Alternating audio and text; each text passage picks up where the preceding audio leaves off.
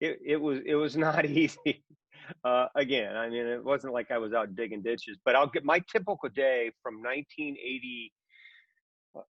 After my senior year in 81, I was stayed at Auburn for another year because it took me 5 years to graduate. So I was in school that fifth year. So that didn't really count. But from 1982 to 1984, I I got up, swam morning practice.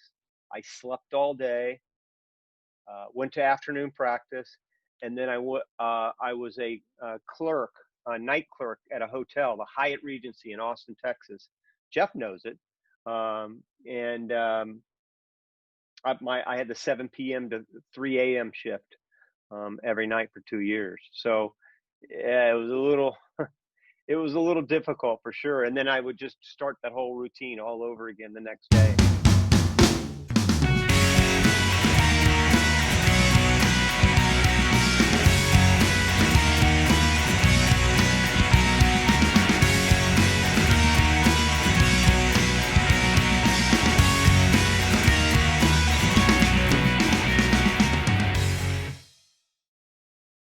Hello, everybody. Welcome to another episode of The Journey. We have talked with a lot of great people so far on the show, Molly. We've had the privilege of talking with some Olympic medalists, some future swimming stars, and coaches who have made a tremendous impact on the sport. And when you talk about people who've made a tremendous impact on the sport, there's no one who has possibly done more to help grow swimming as a competitive sport than today's guest. In all my years of swimming, there are very few people that coaches and other athletes just talk about and their passion and their commitment as kids are finding their own goals. And as someone who's looked up to and awed at his success, I'm just super excited to hear and talk to today's guest. Yeah, it gives me goosebumps to say that I call this man a friend and an inspiration, and it's my pleasure to welcome Rowdy Gaines to the show. How are you doing today, Rowdy? Thank you very much, Jeff, Molly. So good to be with both of you. And Molly, you're sitting there. I think it's your grandparents that looked up to me, not you so much. But I appreciate the kind words. So you mentioned the journey so many times in many interviews. You said you almost swam the circumference of the globe in your career, about 24,000 miles. And you said every single mile was worth it because it was all about the journey and it was all about the process. You also said that the 1980 Olympic boycott was about the journey, and you mentioned that that's what swimming is all about. It's about the journey, it's about the process, and growing. And I almost feel like we were bound to have you on this show, just because we are the journey, to actually get into your journey and how it all came to be. Yeah, I mean, it certainly is an appropriate name, and I love the name of your show, and I love your show. It is about the journey because I certainly empathize with what so many athletes are going through right now, especially the ones that were training for the Olympics. Jeff and I we were just talking before we came on air about that, and the fact that you have this, you're in this vacuum almost for four long years. It's not like we have a Super Bowl, World Series. It's the Olympics, and it's not every year; it's every 4 years. So this 4-year journey all of a sudden has to turn into a 5-year journey. And for many of us back in the late 70s and early 80s, it was an 8-year journey because we never even had an Olympics in 80. And so it ended up being all about the journey. And that's what you learn so much about yourself. And that's hard to say right now, though. I mean, that's so cliche-ish in so many ways until you look back on it. And I think when they do look back on it years from now, they're going to understand, the meaning behind the journey. But certainly it's very hard to comprehend that right now because there's so much emptiness right now, what you're feeling. Right. I think a lot of people will probably be reaching out to people who are part of that 80 Olympic boycott and say, how did you get through it and continue on to know that there are better things that are coming along. Definitely will. Yeah, you're right, Jeff. And I've been on probably, I don't know, maybe 40 Zoom calls over the last 5 months with different teams across the country. I was on with the Indiana Pro team a few weeks ago, and I talked about this exact same subject because they were hurting. there was a lot of pain with those kids. I call them kids; they're adults, obviously, but there was a lot of pain, and I felt so bad for them. Um, and there was really nothing that I was going to say that was going to change things, except that I feel your pain. I feel what you're going through. It's a little bit different because now we're dealing with life and death. And 40 years ago, we were dealing with careers, not life and death. So it's a little different, but certainly the feelings of denial and anger, um, um, acceptance, motivation, those are all sort of feelings that you go through when something's taken away from you that you are not the cause of, that is outside of what you can control, and those are natural emotions. And you know it's hard. I'm sitting here fumbling for words, and that's what I usually am doing when I'm talking to the kids. Just know that this is a valley that we face, and a lot of times you have to face this valley and you have to do it together. Fortunately, a lot of these kids swim on teams that they are like a family, and they'll get out of this together. Right. And you just said, like, this is a valley. You've gone through a lot of valleys in your lives, but also a lot of peaks that have really defined your career. As many people say, it's not just the peaks, it's also the valleys. And a lot of people that have achieved, or you've achieved in swimming, have gone on to do some fantastic things in their lives. But I can't think of anyone, especially from your generation, who is doing what you're doing on a continual, everyday basis to continue to make this sport thrive. And if there was one word that you could use to describe your journey to this point in your life, what would that be? Passion, I guess. I'm not the sharpest tool in the shed, Jeff. I, I've made plenty of mistakes during my career, especially on air, but I don't think anybody can deny the love and the passion I feel for the sport, because it has given me so much. And I think that passion carries over to every swim meet that I call, every stroke that I swim, everything I do that revolves around the sport itself. It's truly because I love it so much. I really do. I'll go in, sometimes, at the aquatic center here in Orlando, and I would go in and watch a little age group meet, and I'd sit in the stands and watch it for 3 or 4 hours, because I don't get bored of swimming. I'm such a nerd, and so it's something that I think, again, it's hard to pinpoint your one word in all of this, but I would certainly say if I had to nail one down, it would be passion. Yeah, that's very understandable. And the passion you've had with the sport, it goes back many years to when you started competitive swimming, I'm sure. But you actually had a very interesting start to your swimming career. Most people start when they're 6, 7, 8 years old. But how old were you when swimming took a hold of you? I was 17, middle of my junior year in high school, and I just really wanted to do sports. I love sports, but I wasn't very good at anything. In fact, our high school started in 10th grade. Ninth grade was still part of middle school, supposedly, and so when I got to high school, I tried out for 5 other sports first. I went out for football, baseball, and track. No, football, baseball, and golf my sophomore year, and then basketball and tennis my junior year, and I got cut in all of them. So I'm really bad at everything, and so swimming was just next. It wasn't some grand delusion that I was going to become a fast swimmer. I just wanted to do something. I wanted to be a part of a sport. I wanted to be a part of a team. And to tell you the truth, Jeff, I don't talk about this much, I guess, but I was really kind of going down a path that it wasn't dark, but it was getting dark, and I wasn't making the best decisions, as a 15, 16-year-old kid. And so swimming, again, It goes back to literally save my life in so many different ways, but certainly saved my life initially because once I started swimming, I fell in love with it. Right. You didn't have that athletic physical outlet to kind of, get that teenage angst out of you, I guess.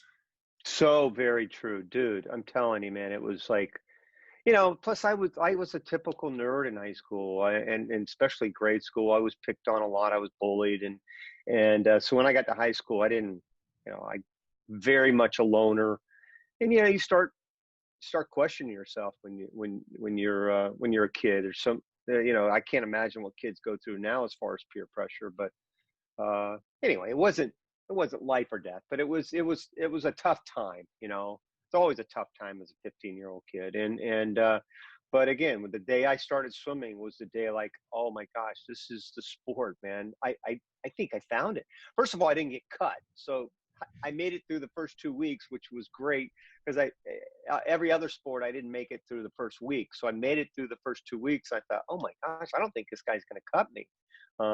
And he'd already cut me once. He was the football coach, but he was also the swim coach. So he had cut me in football, but he didn't cut me in swimming. Anyway, long story short, I ended up hanging out there for a while.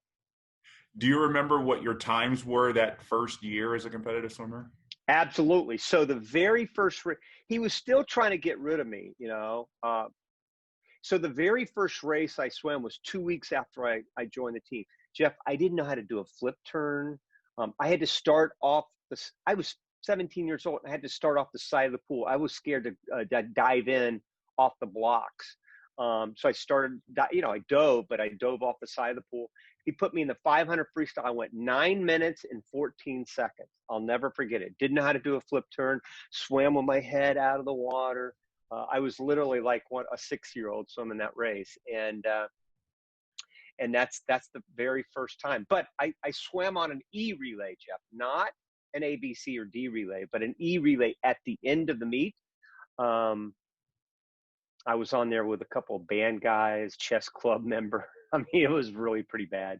And but I outsplit everybody on the team. I went like 23 seconds in a 50, which was pretty good, for a guy that had been swimming for 2 weeks. And anyway, long story short, I kind of knew when I looked at the coach, my coach, who ended up becoming a great swim coach. He just kind of nodded, and he looked at his watch and kind of nodded and said, "That's pretty good." So I was there to stay. Well, that's absolutely amazing. Going from, at 17 years old, going 9 minutes in a 500 freestyle, and then like 2 or 3 years later, you're a world record holder. I mean, it's absolutely amazing. I mean, that's a big step to take. And I know you owe a lot of that to Richard Quick, who was your coach at Auburn, because that's really where things started to pick up. How did he turn this guy who, as I said, was going 9 minutes in a 500 and even 23 seconds in a 50? Nobody looks at that and says, okay, this guy's going to be legendary. How did he help turn you into the world record holder by the time you were 19?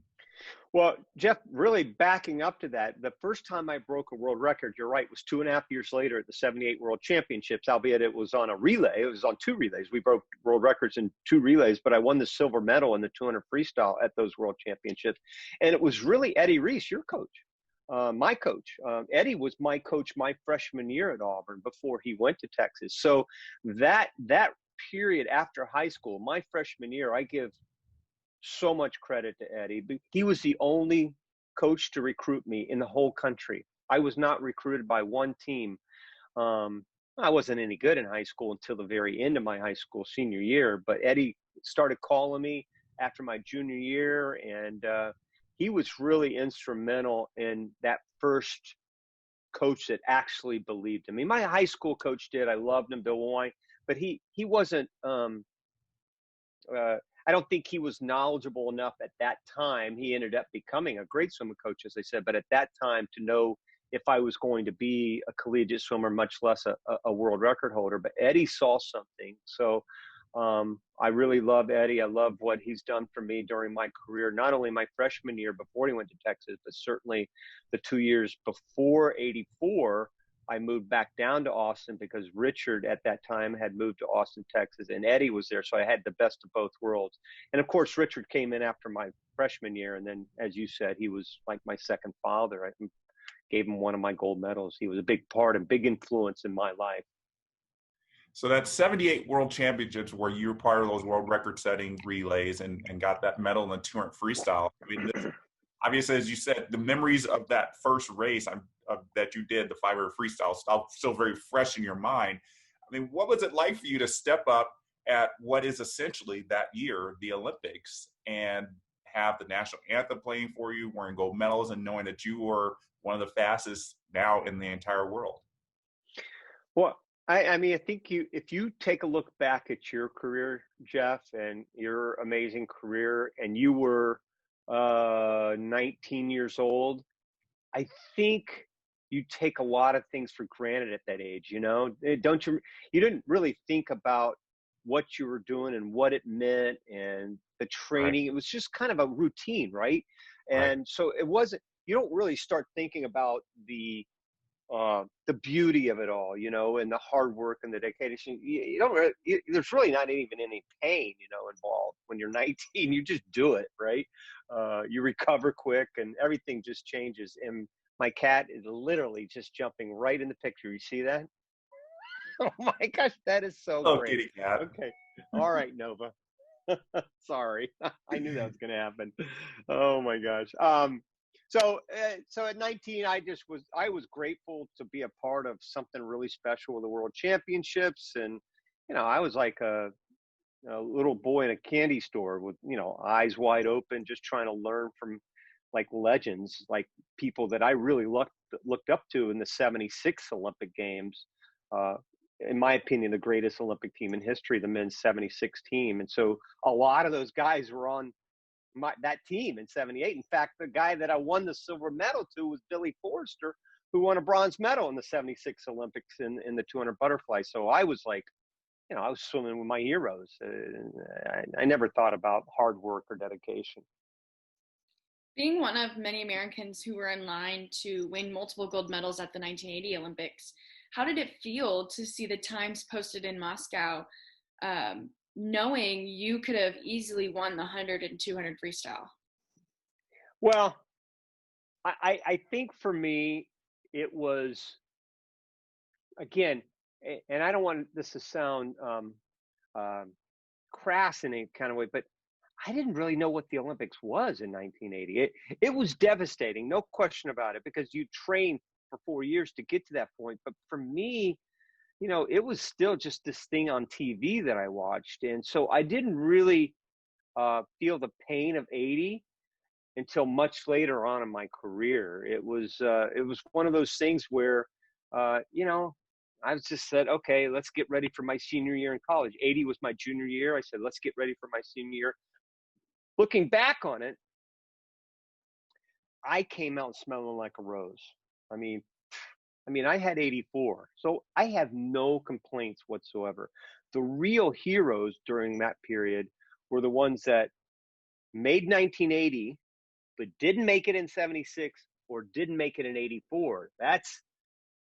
Those are like, you don't know these names. Jeff probably knows them, but names like Craig Beardsley and Bill Barrett and Sue Walsh and so many other great names, that Glenn Mills, that came out of that boycott, that would have won gold medals in 80, but they didn't make it in 84.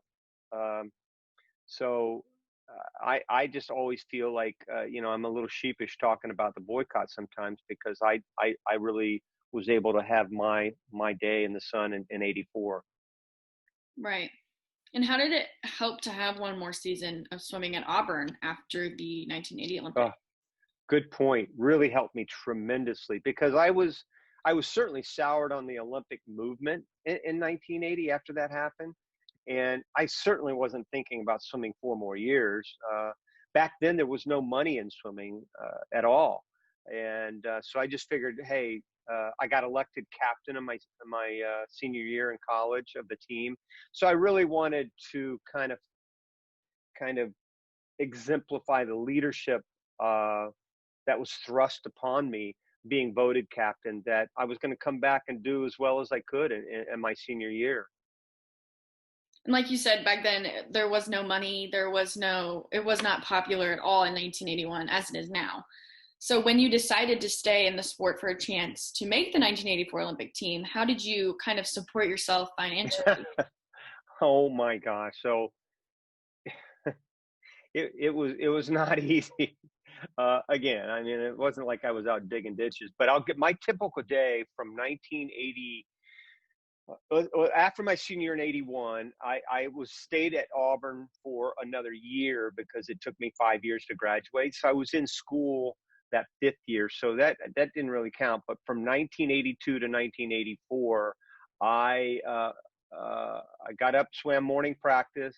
I slept all day, went to afternoon practice, and then I was a clerk, a night clerk at a hotel, the Hyatt Regency in Austin, Texas. Jeff knows it. And I had the 7 p.m. to 3 a.m. shift every night for 2 years. So yeah, it was a little difficult for sure. And then I would just start that whole routine all over again the next day.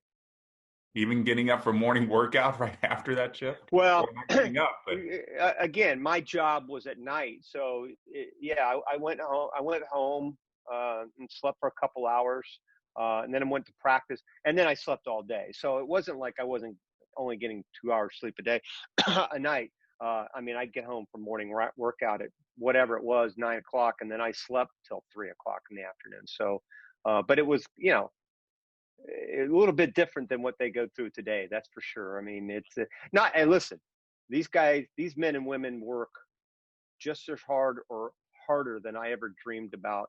But they have more opportunities, and God bless them. That's awesome. I love that. I love the fact that they have these opportunities to make money in the sport. It just wasn't there for us. It wasn't just me. It was everybody that was, training post grad was in the same boat I was. yeah. And all those sacrifices and late nights at the hotel desk got you to the 84 Olympics. So, I know probably when you made that team, it was worth it. And I know we've all heard the story about you didn't make the team in the 200 freestyle, didn't even make it in the 800 free relay. So the 100 free was your last opportunity. And then you made it. And I think I've heard you say as many times, it was more relief than elation that you got on that 84 team. So, it had to be just one of those great feelings of, I get that shot, like you said, you came out of 80 smelling like a rose and you pretty much figured you could get it. Had that little valley of not making it in the 200 free, but then there you are in the 100 free. Well, and as you know, at the Olympic trials, it's so much stress. We kind of beat a dead horse when you talk about it, like the trials so much, because 99% of the athletes will tell you it's much more nerve-wracking than the Olympics, and certainly was for me, especially after the 200 freestyle, which was the very first day, and I ended up getting 7th. Didn't make the team, and that's a race that I had the world record in. So it was definitely tough, Jeff, not making that first one. But again, Richard pulled me through. Tracy Calkins, who arguably is the greatest female swimmer in the world, certainly the second greatest, and she came to me and gave me a beautiful talk and just put her arm around my shoulder and just said, it's going to be okay. So between Richard and Tracy, my teammates, and a lot of other people, I made the 100. Barely. I got second. Matt Biondi was third behind me by like 4/100ths of a second. So I almost didn't make it at all, at least individually. I think I probably would have ended up making a relay on that because they'd taken the top 6. But yeah, that was my last shot. So that 84 Olympics was the first Olympics I ever watched. And I have a lot of vivid memories of seeing people like you and Steve Lundquist and Tracy Calkins. I mean, my heroes were established at that meet. And, that week was just obviously because it was held in the United States, everybody watching the United States felt a lot of pride about swimming. And everybody remembers some of the results, but outside of the times that you swam, and the gold medal and everything, I'm sure you have a lot of memories, but besides the times when you're giving speeches or doing interviews like this, how often do you think about winning that gold medal in the 100 freestyle? That's a really good question, Jeff. I don't think of it when it's not brought to my attention. You know, it's not like I lay in bed and think of the 100 free. I'll think about it when I read something about the Olympics, or you know, Swimming World is doing a thing now on you know, the greatest Olympians in each event. You know, and I was looking at the 100 freestyle, and you know, you can't help but think, God, do I fall in the top 8? And then I started looking at all the great Olympic 100 freestylers, and I say, oh my gosh, there's no way I'm in that group. But so sometimes I think about it when I'm reading about the Olympics, or I'm watching something. But when I'm just around by myself or with my family or something, I don't think about it. It's not something that pops in my head. Again, incredibly proud moment. Don't get me wrong, but I don't. You know, it's funny. You think about your greatest race, Jeff. Think in your mind, what's the best race you ever swam? Yeah. I mean, there's one that just stands out for you? Yeah, I was qualifying for the Pan American Games in '91. There you go. Right. So that was at a trials. Must have been at nationals or something. Yeah, it was at nationals. Yeah. Yeah. So you can you remember the details behind that race? I can remember a couple of details, but the race itself, it just kind of is this kind of thing. That's exactly right. And that's exactly what I'm saying about the 100 free. Half of me remembers so many little details, and then the other half of me thinks, who is that guy again? No way. Did he do that? I don't know who that guy is, right? So that's the way it is for me too. You know, especially as we get older. You're much younger than I am, but as we get older, that race starts to disappear more and more and more out of your mind, because so many things disappear in your mind. Like, I don't remember what I ate for breakfast yesterday, so much less what I did 36 years ago. Actually, it'll be 36 years ago tomorrow. Wow. Well, we're here for a very special anniversary of it. Yeah. Right? Well, I mean, Molly and I, you know, having not made the Olympics, I think it's, you know, we always think that the Olympics is the pinnacle of the sport, and of course it is. And I guess I always believe that people who have won Olympic gold medals, even people like Michael Phelps who've won a lot, or even people who've won just one medal. I mean, that's like really something they never forget. And they're, you know, they wake up in the morning and they may think about going swimming, and then they're swimming and they think about that Olympic race. But I understand you brought up a very good point, is, you know, the race that I think is the pinnacle of my career, I don't think about all the time. And I guess that really is true, just no matter what meet it is. It's there in your brain, but yeah, it doesn't occupy every single waking moment.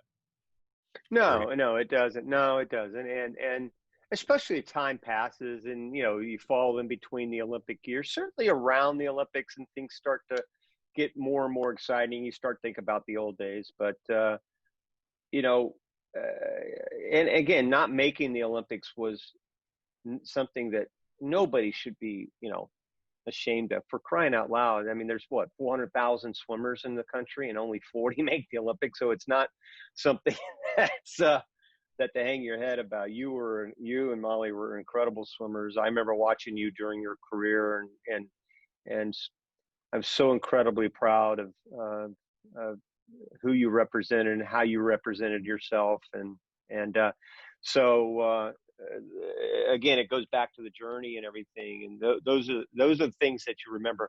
I have a lot more memories, Jeff, of the things leading up to the race. You know, my college years, certain races that, you know, my high school senior. I have more memories really of details behind my high school senior 200 freestyle that I actually won than I do 8 years later with the 84 games. So the Olympics is your very best becomes a blur. I remember the losses a lot more than I do remember the wins. That's for sure. Yeah. So something else that was, you know, very not prevalent, as we said, was, you know, being a postgraduate swimmer, and especially being a postgraduate swimmer at the Olympics in '84 was not a big deal. Now we think about it now, being 25 at the Olympics is nothing. I mean, almost half the team is 25. You were 25 at the Olympics in '84, and I guess you were probably thought of as the grandpa of the sport, because there were, you know, everybody else was in college or high school, and here you were, you know, this this guy who was 25, had a college degree and was swimming. Did that affect how you were perceived with your teammates? Certainly, not so much with my teammates, but certainly from the media and the fans a little bit. Like, what is he still doing swimming? He should, really turn it over to the younger generation. At that time when I won, I was the third oldest swimmer in history to win an individual gold medal. So you can tell how young of a sport swimming was back then. Now 25 is just sort of an average age for the Olympic team, I think, for men, and maybe even older. So, but it was, obviously completely different back then. And it certainly was something that I thought of. I was the oldest swimmer on the team, male or female, in 1984. And really at the tail end of my career, Jeff. In fact, that 100 freestyle, you could swim that race 10 times, Jeff, and I would have lost 9 of them. I was not the best swimmer. I literally should have been 5th or 6th in that race. There were 4 or 5 guys in that race that were so much better than I was. But it was a magical moment. It only takes one time, and I got a perfect start, and it was perfect strategy put up by my coach, Richard Quick, and everything just fell in place. I had a great nap in between prelims and finals. I laid off my legs the first 50. I mean, all the little things that I was never be able to accomplish in a perfect race, even when I was at my best, I did on that one race. And I think finally I put a button on this. I felt like, and I want to say this in a cocky way, but I felt like I deserved to win that race because I was the only swimmer in that final to have been on the boycott team. Everybody else in that race had not suffered through the boycott. So for me, I felt like this was my time. You guys are going to have your time later on in 88, but this is my time. And that's the way I kind of approached it. And I was real relaxed about it because of that. I was nervous leading up to it, but for some reason, when I walked out on the deck, the Russian nerves just sort of flushed out of my system. Of all the people you've competed against in your elite swimming career, who did you love to race against the most? Well, Molly, I'll tell you that in 2 different ways. First of all, I was never scared of any swimmer except one. Guy's name was David Larson. He swam for the University of Florida, same class. And for some reason, every time I swam against him, I was afraid, and that fear caused me to lose a lot of races to David. I also won a lot of races against him, but we were pretty even when it came down to the end, as far as number of times we swam against each other. But looking back on it, I love to swim against him because it helped me. It helped me learn about myself, facing my fear, I guess is what I'm saying. But I loved swimming against a guy named Jörg Voitha, East German, who actually beat me at the World Championships in 1982 by 2/100th of a second. And but turned out to be a wonderful guy, really nice guy. A guy named Sergei Kobalikov from Russia, who I broke his world record in 1980. He had won the gold in 80, and so we got to know each other through the years. Really wonderful guy. Loved swimming against him. A lot of people that I can look back on with fond memories. And who would you say you kind of looked up to as an idol when you were rising up in the ranks of swimming? Well, I didn't really have too many idols because I had started so late. Like I said, I 3 gold medals. I gave 1 to my coach, and then I gave 2 to my parents, my mom and dad, because they really were instrumental in giving me the kind of support that I really needed in high school, especially.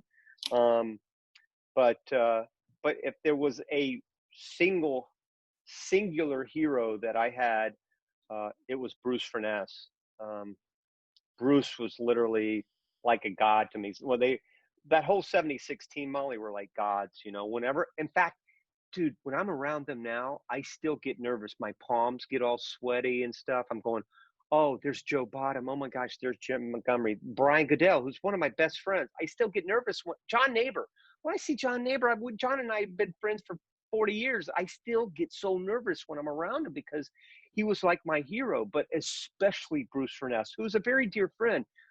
He was literally my hero, you know, and he won a race that I swam, the 200 freestyle, and he was not a big guy. He was like me. He was just a little dude, you know. He's probably 5'9", 5'10", and just had perfect technique. And I just really looked up to him in '76, and he became my hero in college. And I got to swim against him. And anyway, I'm blabbering at the mouth, but he was the guy that I really loved and looked up to. But that whole team, I can tell you, every one of them, they were amazing. So there's a lot to talk about with Rowdy Gaines. I mean, he's had such a great success in his life. And as you can see, we had a lot to talk about with his swimming career. We have a lot more to talk about with his professional life. So we felt it was a great opportunity to stop here with the show, and then we'll pick it up with part 2 on next week's show to talk about his life as a broadcast commentator and as the quote-unquote ambassador to swimming. And I'm super excited to get to hear his journey of the life after swimming. Yeah, it's a great life that he's led, and I think everybody's going to learn something about all the peaks and valleys that he had to go through to get through all that stuff too. So thank you everybody for joining us for part 1 of Rowdy's interview, and we hope you'll join us for part 2 next time. And remember, it's not just about the destination, it's about the journey.